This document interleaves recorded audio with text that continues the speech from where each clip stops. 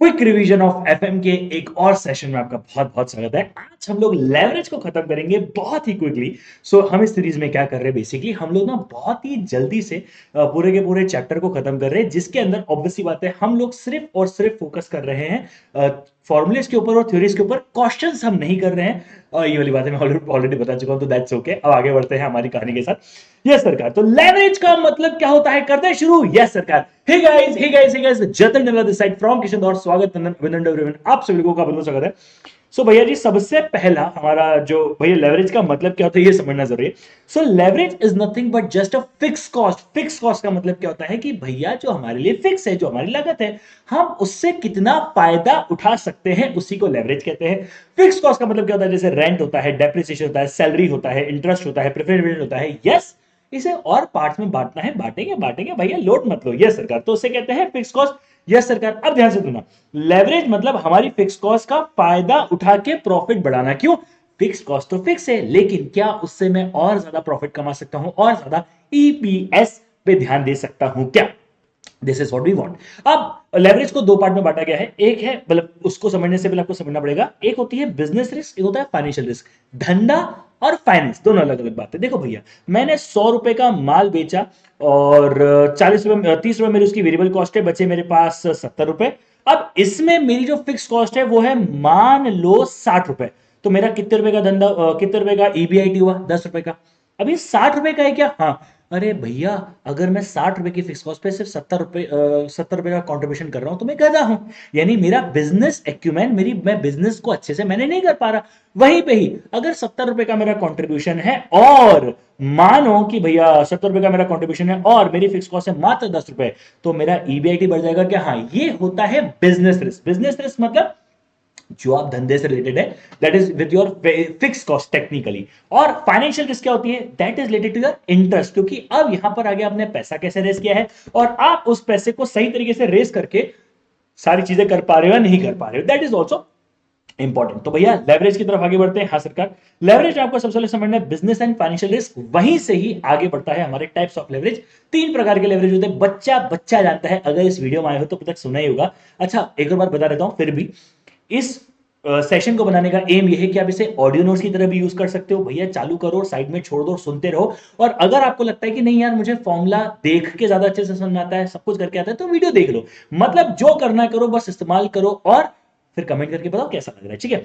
Types, अबे छोटू तू काय एग्रेशन में आ रहा है?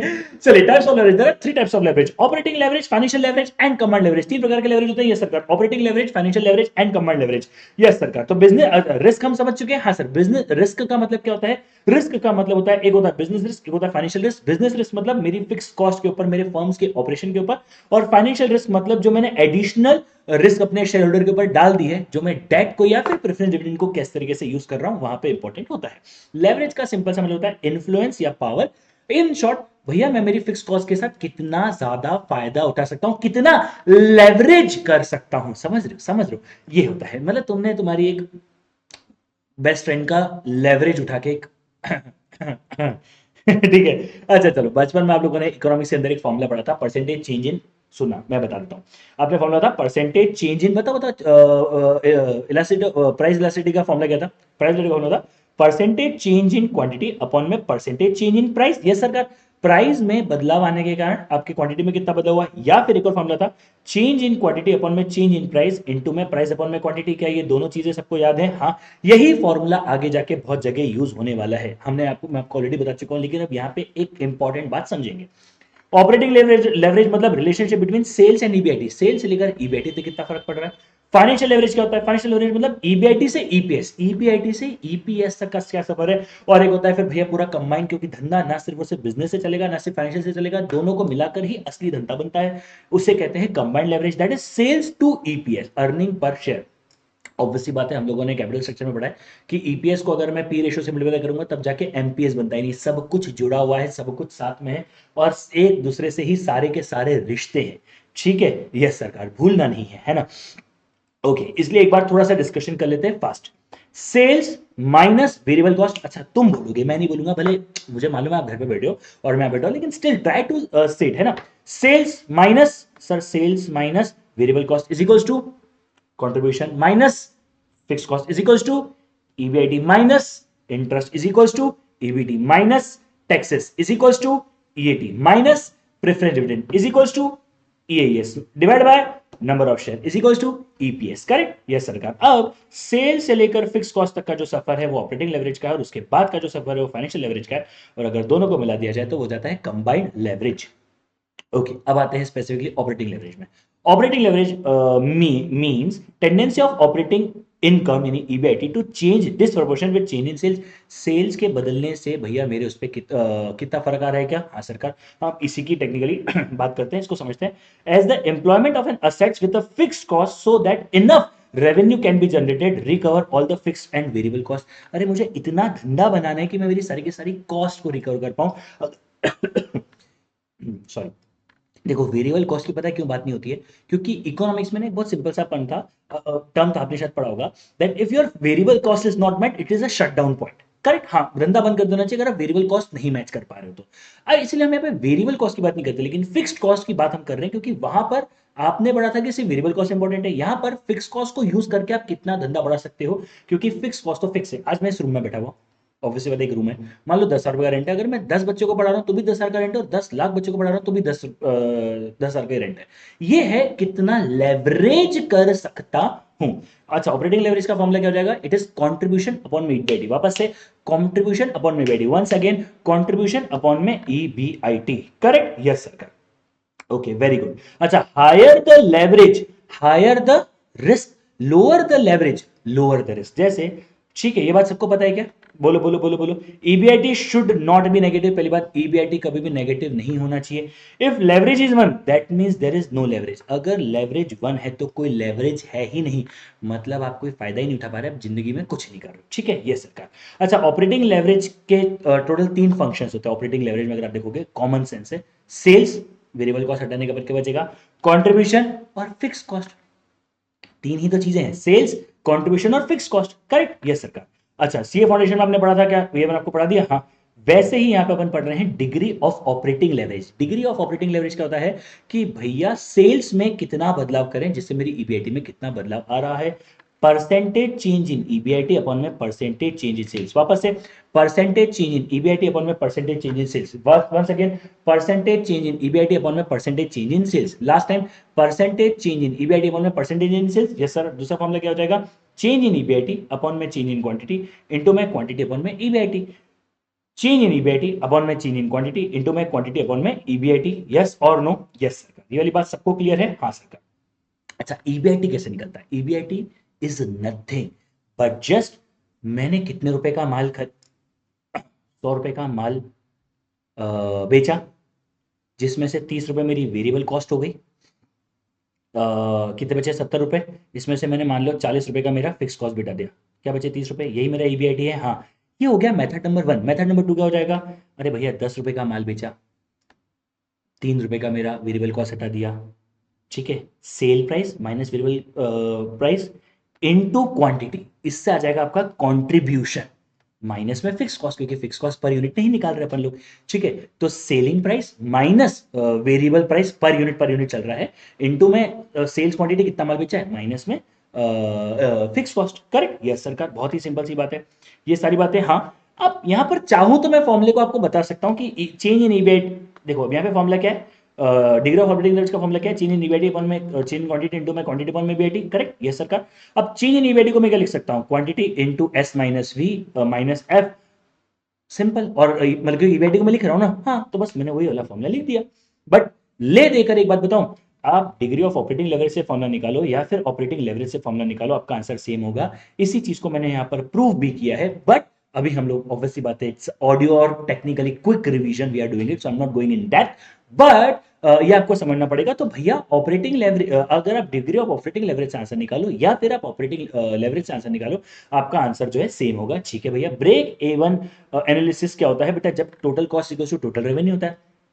Break even point in units कैसे निकालेंगे भैया? ब्रेक इवन पॉइंट्स यूनिट के लिए प्रभु हमारे हैं फिक्स कॉस्ट, तो फिक्स कॉस्ट अपॉन में कंट्रीब्यूशन पर यूनिट। भैया मेरी फिक्स कॉस्ट कितनी है और सब कुछ मतलब वेरिएबल कॉस्ट हटाने के बाद मेरे पास बच कितना रहा है। तो मान लो मेरी फिक्स कॉस्ट है 100 रुपए, सब कुछ काटने के बाद यानी वेरिएबल कॉस्ट काटने के बाद मेरे पास 10 रुपए बच रहे हैं, तो 10 क्वांटिटी बेचूंगा तब जाके मैं ब्रेक इवन पॉइंट में आ जाऊंगा, यानी मेरा ईबीआईटी जो है वो जीरो हो जाएगा। करेक्ट, यस सर का ये तो हमने कर लिया डिस्कस। ठीक है सर, ठीक है ठीक है ठीक है। अच्छा, फर्म विथ हाई लेवरेज मतलब हाई ब्रेक इवन, एक second, high fixed cost high operating leverage, low fix cost low operating leverage. सुनो भैया, high fixed cost high operating leverage, low fix cost low operating leverage. अब जब high firm with high leverage हो गई मतलब high break even point, क्या हो गया, high fix cost high operating leverage, high operating leverage high break even point, low fix cost low operating leverage, low operating leverage तो भैया low break even point. सीधी सी बात है, अगर मेरा मेरा अगर फिक्स कॉस्ट कम है तो मैं कम माल बेचूंगा तो मैं जिंदा रह लूंगा, अगर मेरी फिक्स कॉस्ट ज्यादा तो मेरे को ज्यादा माल बेचना पड़ेगा जिंदा रहने के लिए। सीधी सी बात है ना, शोरूम्स को ज्यादा माल बेचना पड़ता है दुकान वालों से, क्यों? क्योंकि उनका रेंट ज्यादा है, इलेक्ट्रिसिटी का बिल ज्यादा है, सैलरी ज्यादा है। If leverage is one then there is no leverage. Correct, yes sir. अच्छा, एक कंसेप्ट होता है मार्जिन ऑफ सेफ्टी, अपोजिट है, कुछ नहीं है, इट इज जस्ट अपोजिट। तो ऑपरेटिंग लेवरेज क्या होता है, कंट्रीब्यूशन अपन में बीआईटी, मार्जिन ऑफ सेफ्टी क्या होता है, ईबीआईटी अपन में कंट्रीब्यूशन। ऑपरेटिंग लेवरेज होता है कंट्रीब्यूशन अपन में बीआईटी, मार्जिन ऑफ सेफ्टी होता है ईबीआईटी अपन में कंट्रीब्यूशन। करेक्ट, यस सर का। तो मैंने ना यहाँ पे एक आपको लाइन के थ्रू समझाया है, वन मतलब कोई लेवरेज नहीं है, जितना दूर उतना ज्यादा लेवरेज, ये है ऑपरेटिंग लेवरेज। जितना वन से दूर मार्जिन ऑफ सेफ्टी उतना ज्यादा risk, simple as that. One is the mid point. Correct. अच्छा, मार्जिन ऑफ सेफ्टी निकालने का एक और तरीका है, क्या है, सेल्स माइनस, हाँ, sales minus break even point upon में सेल्स इनटू 100। क्या बोला, sales minus break even sales, मतलब मिनिमम कितनी सेल्स करनी है अपॉन में sales into 100, sales minus break even point sales upon में sales into 100। Correct, yes sir. Sir PV ratio का फॉर्मूला क्या होता है, PV ratio is nothing, it is just contribution upon में सेल्स, कंट्रीब्यूशन अपॉन में sales, contribution upon में sales. Maximum question में यही देकर रखा होता है, इसके बाद आपको वेरिएबल कॉस्ट और कंट्रीब्यूशन का कैलकुलेशन करना पड़ता है। अच्छा है लेकिन ध्यान रखना पड़ता है, ठीक है।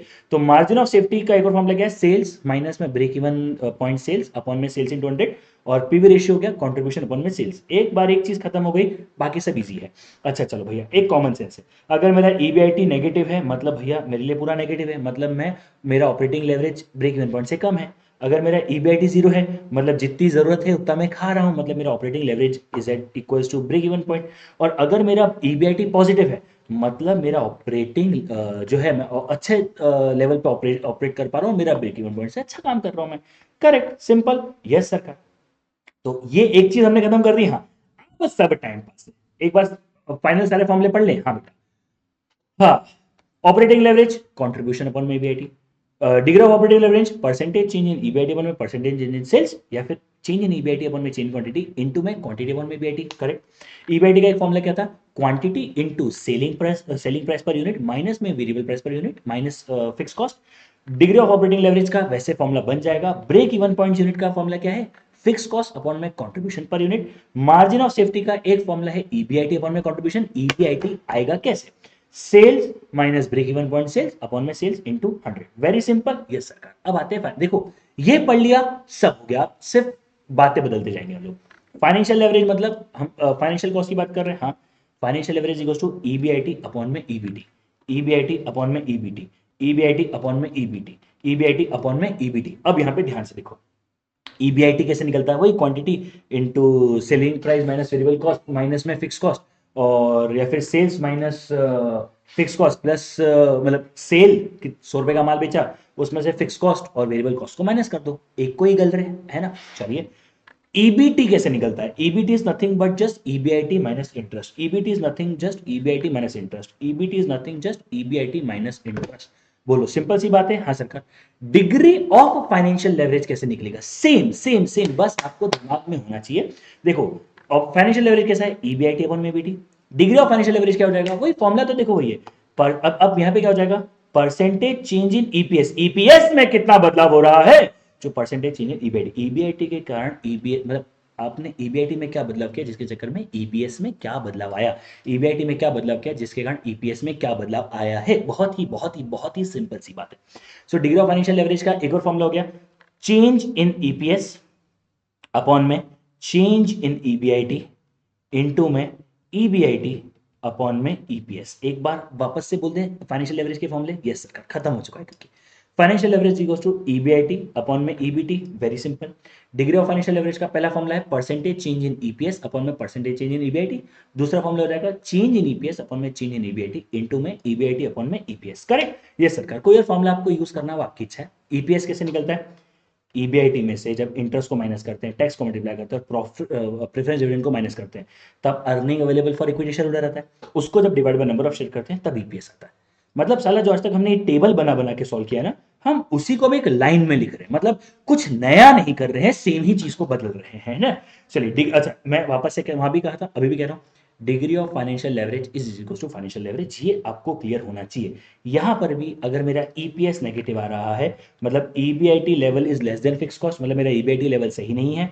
अगर मेरा no profit no loss position पे आ रहा हूं, मतलब मेरा ईबीआईटी मेरी फाइनेंशियल कॉस्ट के इक्वल है।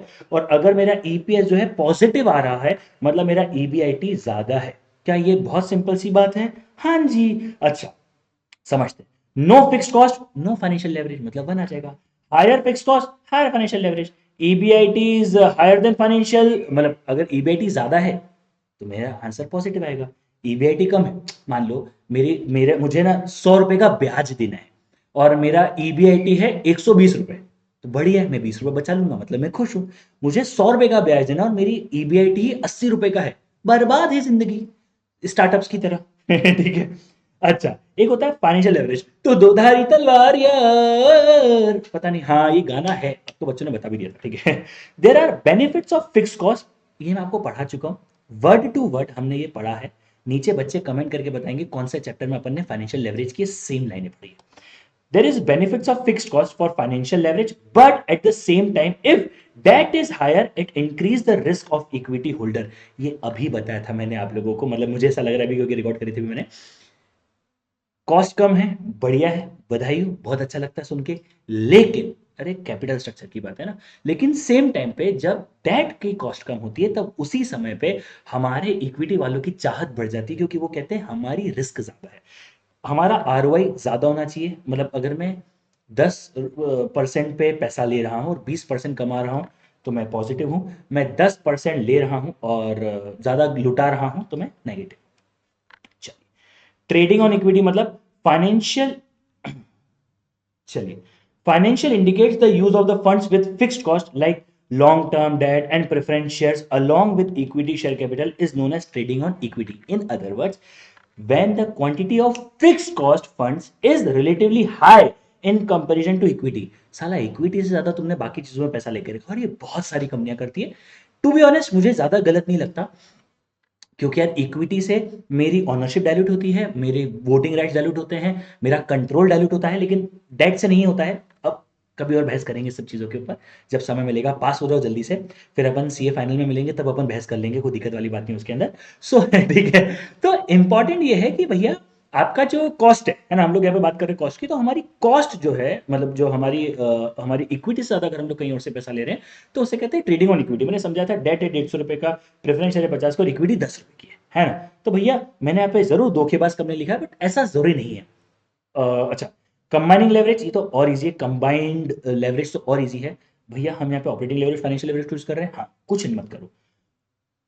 Combined leverage equals to operating leverage into financial leverage. क्या बोला? Operating leverage into financial leverage. नहीं तो ये बताओ मेरे को फॉर्मूला क्या है। ऑपरेटिंग लेवरेज का फॉर्मूला है कंट्रीब्यूशन अपॉन में ईबीआईटी, वापस से कंट्रीब्यूशन में ईबीआईटी। और फाइनेंशियल लेवरेज का फॉर्मूला क्या है? ईबीआईटी अपॉन में ईबीटी, ईबीआईटी अपॉन में ईबीटी, ईबीआईटी से ईबीआईटी गया, बचा क्या? कंट्रीब्यूशन अपॉन में ईबीटी। तो कंबाइंड लेवरेज का दो फॉर्मूले हो गए, operating leverage into financial leverage, दोनों देके रखे तो सबसे बढ़िया। या फिर नहीं देके रखा है तो कंट्रीब्यूशन पर में ईबीटी। एक टिप देता हूं आप लोगों को, बहुत बार ना क्वेश्चन में फाइनेंशियल लेवरेज देके रखा होता है, ठीक है, और आप ऑपरेटिंग लेवरेज कैलकुलेट करते हो, तो फाइनेंशियल लेवरेज देके रखा है, ऑपरेटिंग लेवरेज आप कैलकुलेट करते हो, उसके बाद क्या करता है बच्चे से कंबाइंड लेवरेज पूछता है, ऑब्वियस सी बात है, फाइनेंशियल लेवरेज देके रखा है, ऑपरेटिंग लेवरेज आप निकाल चुके हो, मल्टीप्लाई करके आंसर निकाल देते हो, करेक्ट। यहां पर एक प्रॉब्लम है, मतलब ये मेथड सही है, लेकिन sales less variable cost is equals to contribution less fixed cost is equals to EBIT. सुनना, ये बहुत इंपॉर्टेंट क्वेश्चन का टेक्निक बता रहा हूं, क्योंकि मैं क्विक रिवीजन जरूर करवा रहा हूं लेकिन बहुत अच्छे से करवाना चाहता हूं, ठीक है। लेस इंटरेस्ट, अब सुनो, इज इक्वल्स टू ईबीटी और लेस मेरा वो आ जाएगा टैक्स, वैसे इंपॉर्टेंट नहीं बट ठीक है, टैक्स ये हो जाएगा ईएटी, खैर मैं नीचे नहीं जा रहा, ये मेरे लिए इंपॉर्टेंट नहीं है। अब सुनना मेरी बात, बहुत बार मुझे फाइनेंशियल लेवरेज देकर रखा होता है। फाइनेंशियल लेवरेज में एक हिडन फिक्स्ड एक्सपेंसेस होता है जो डायरेक्ट देखने में पता नहीं पड़ता है। मैं आपको कोशिश करता हूँ, अगर क्वेश्चन मिल गया तो मैं आपको समझाता हूँ, ठीक है। ये मैं आपको क्वेश्चन के साथ समझाता हूँ, मैं समझाऊंगा, वाली बात ये इंपॉर्टेंट है बट ठीक है। डिग्री ऑफ कंबाइंड लेवरेज कैसे होता है, कुछ नहीं, degree of operating leverage into में degree of fix financial leverage. Formula मतलब प्रूफ कर दोगे तो क्या हो जाएगा, percentage change in EPS upon में परसेंटेज चेंज सेल्स, सेल्स में क्या बदलाव करो जो ईपीएस में बदलाव आ रहा है, सेल्स में क्या बदलाव करो जो ईपीएस में बदलाव आ रहा है। दूसरा फॉर्मूला क्या हो जाएगा, चेंज इन ईपीएस अपन में चेंज इन सेल्स इनटू में सेल्स अपन में ईपीएस, वापस बोलेंगे चेंज इन ईपीएस अपन में चेंज इन सेल्स इनटू में सेल्स अपन में EPS, last time change in EPS upon में चेंज इन सेल्स इनटू में सेल्स अपन में EPS, last time change in EPS upon में change in sales into में sales upon में EPS. क्या बहुत सिंपल सी बात है। हाँ, अब मैं आपको सिर्फ एक बार के लिए जिस क्वेश्चन जिस प्रकार, हाँ ये देखो, अब यहां पर देखो, ये क्वेश्चन है इलिस्ट्रेशन 4 है, मॉड्यूल का ही ले रहा हूं, आपके लिए इंपॉर्टेंट है। यहां पे आपको फाइनेंशियल एवरेज 1.49 देकर रखा हुआ था, ठीक है, मैंने सब कुछ निकाला। यहां पर ना हिडन एक 88, देखो सुनो, फाइनेंशियल लेवरेज को यूज करके मेरा ईबीटी आ रहा था 10,86,000 रुपए का, और यहां से कैलकुलेट करता तो मेरा ईबीटी अलग आ रहा था। तो बहुत बार फाइनेंशियल लेवरेज जब देकर रखा होता है तब एक अदर फिक्स्ड कॉस्ट का पॉइंट होता है। या तो अभी इलिस्ट्रेशन नंबर 4 सॉल्व कर लो, आपका बुक का ये मैं आपको दिखा रहा हूं। तो यहाँ पे एक अदर एक्सपेंसेस का ऑप्शन होता है जिसके कारण पूरी कहानी बदल सकती है, पूरे के पूरे क्वेश्चन की कहानी और सब कुछ बदल सकता है, जिसके चक्कर में आपने पूरी मेहनत करा, पूरा सॉल्व करा, लेकिन आप गलती कर सकते हो। ठीक है, तो हमेशा अगर फाइनेंशियल लेवरेज देकर रखा है तो वहां से ईबीटी निकालो, उस ईबीटी को लिखो, इंटरेस्ट तक सॉल्व करो। हो सकता है आप जब यहां से ईबीटी सॉल्व कर रहे हो, मैं सॉल्व करके बताऊं क्या, यहां से आप जब ईबीटी सॉल्व कर रहे हो 16,18,200 माइनस 4,44,000, ठीक है, यहां से जब ईबीटी सॉल्व कर रहा हूं तो मेरे हिसाब से आ रहा है 11,74,200, जबकि जो फाइनेंशियल लेवरेज दिख रखा है उसके हिसाब से मेरा ईबीटी कितना है, 10,86,000 रुपए। मतलब हो सकता है कि ऐसा कुछ डिफरेंस आ जाए, यही एक पॉइंट है मुझे लगता है जो एग्जाम के हिसाब से थोड़ा घुमाया जा सकता है, इसके अलावा और कुछ भी नहीं है। ठीक है, चलिए आज के लिए इतना रखता है, thank you so much, bye bye, take care, मिलते चलो, बाय बाय।